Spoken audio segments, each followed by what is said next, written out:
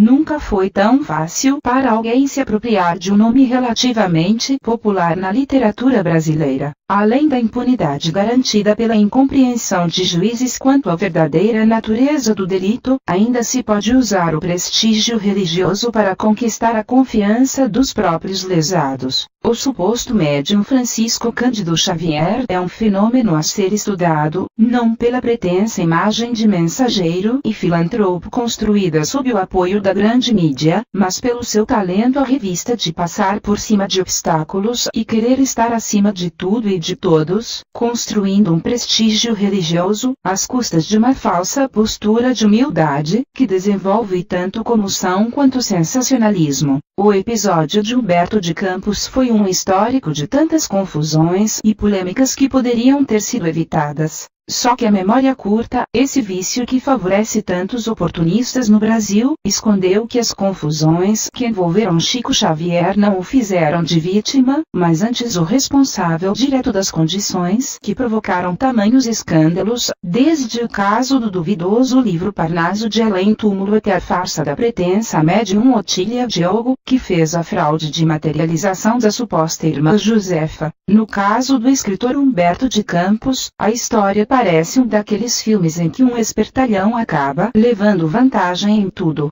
Humberto, em vida, havia criticado o livro Parnaso de Além Túmulo de Chico Xavier, reprovando a aparente iniciativa de evocar poetas mortos para enviar trabalhos do além. Chico não teria gostado do comentário de Humberto. Por sorte do jovem mineiro, Humberto de Campos faleceu pouco tempo depois e Chico, então, teria inventado um sonho que relatou em uma carta para um dirigente da FEB para justificar a suposta parceria com o falecido escritor. O grande problema é que a obra resultante estava muito longe de refletir, em todos os aspectos, o estilo original de Humberto. Em 1944, a viúva e os filhos de Humberto moveram um processo contra Chico Xavier e FEB, mas o enunciado da petição era vago. A ação pedia à justiça verificar se a suposta psicografia era verdadeira. Se caso afirmativo, os herdeiros de Humberto receberiam pelos direitos autorais. Se caso negativo, Chico e a FEB teriam que indenizar os herdeiros pelo uso do nome do falecido escritor.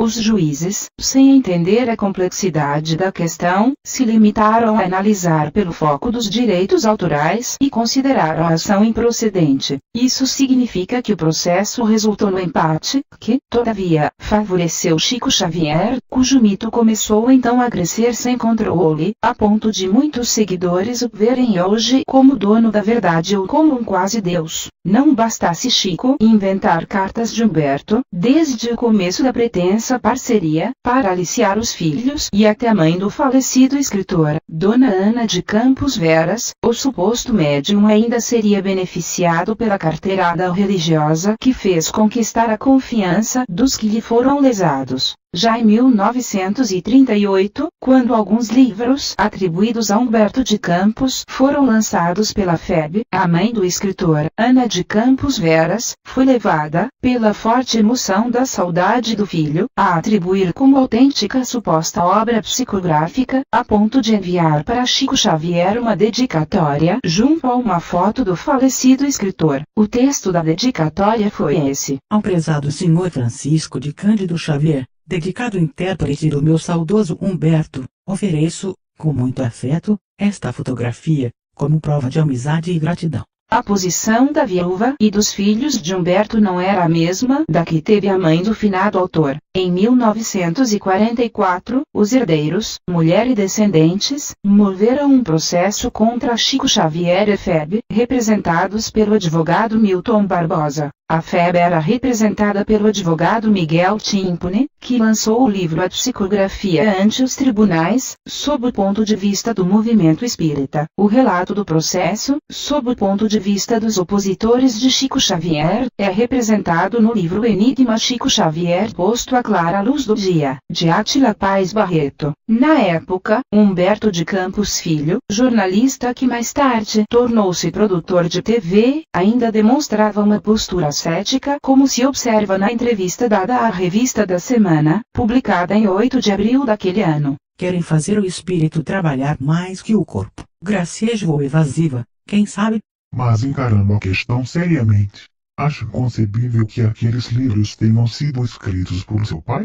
Claro que não. Tanto é assim que evitamos tocar no assunto e nunca demos a nossa permissão para a publicação desses livros a meu pai. Frequentemente apareciam delegações espíritas ou padres católicos e até representantes de outras religiões, todos querendo convertê-lo. Ele a todos recebia e ouvia com a devida consideração, mas era só. Nunca foi espírita. O processo resultou no empate técnico, admitido tempos depois por Humberto de Campos Filho.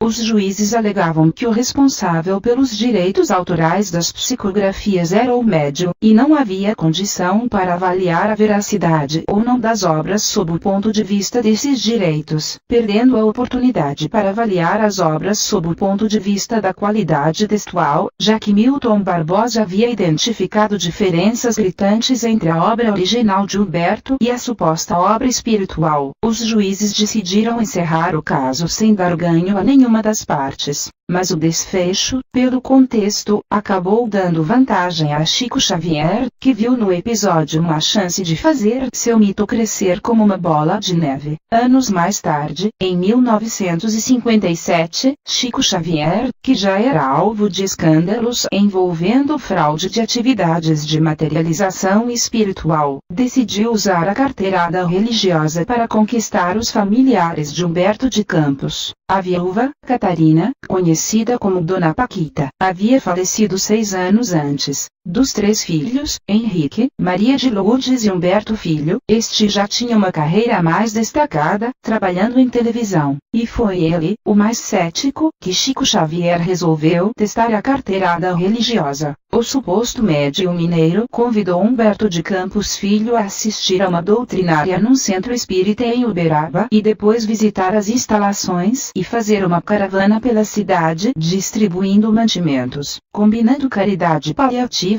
e técnicas de fascinação, Chico Xavier abraçou e conquistou a confiança de quem ele lesou com a usurpação do prestígio do seu pai, através de pretensa psicografia. O depoimento está registrado no livro Irmão X Meu Pai, de 1997, no qual Humberto de Campos Filho abandona o antigo ceticismo para se render aos encantos do suposto médium, seduzido pelo assistencialismo e pelo deslumbramento religioso. Chegamos a tempo de conseguir entrar na sala superlotada, onde pouco depois começaria a sessão, com a presença de Chico. Lá pelas tantas, vozes partidas da mesa, por ele presidida, pediam que Humberto de Campos Filho se aproximasse para falar com o médium. É fácil imaginar minha emoção. Sei que meus olhos estavam inundados pelas lágrimas quando nos abraçamos, comovidamente. De início, foi o Chico que falou, dizendo coisas tocantes e carinhosas. A certa altura, era outro alguém. Talvez meu pai. E o que ouvi teve o efeito de um impulso que fez disparar uma sucessão de soluços, que pareciam que jamais iriam parar. No dia seguinte, um sábado, ainda com a impressão de que meu espírito havia tomado um banho de luz, fomos participar da distribuição de mantimentos. Sem mais nem menos, tive a nítida impressão de que estava em alguma cidade da Galileia, nos primórdios do cristianismo, em um enorme galpão, sem paredes laterais, senhoras e moças, alegres e sorridentes preparavam a sopa que, mais tarde, seria distribuída entre os pobres. Pilhas de cenouras, montes de batatas, iam sendo descascadas e levadas para os caldeirões que, a um canto, fumigavam cheirosamente. Ao cair da tarde, nos incorporamos à caravana, liderada pelo Chico, que ia distribuir sacolas de mantimentos pelos casebres da periferia. Ao lado do Waldo Vieira, caminhamos naquele pôr de sol, com a certeza de que uma legião de espíritos luminosos também caminhavam conosco. Lá pelas tantas, Chico entrou numa palhoça, de um só cômodo. Ficamos à porta, com espaço bastante para ver Chico sentar-se na beirada de uma cama estreita e miserável, nela estendido, um pobre velho, pouco mais que um monte de ossos, sob uma cabeça coberta por uma grande barba e cabelos desgrenhados. O coitado fez menção de erguer-se, mas Chico, colocando a mão no seu peito, não deixou. De onde estávamos não era possível ouvir o que ele dizia, mas o que disse fez o pobre homem se transformar em um enorme sorriso, cheio de gratidão e alegria. E, ao mesmo tempo, sentimos uma onda de perfume, de jasmins colhidos naquele instante, invadir completamente aquela tapera. O episódio causaria apreensão em Allan Kardec, se ele estivesse vivo no Brasil. Um evidente deturpador da doutrina espírita, que foi Chico Xavier, passou por cima de tudo quanto é obstáculo, aproveitando todos os pontos fracos dos brasileiros.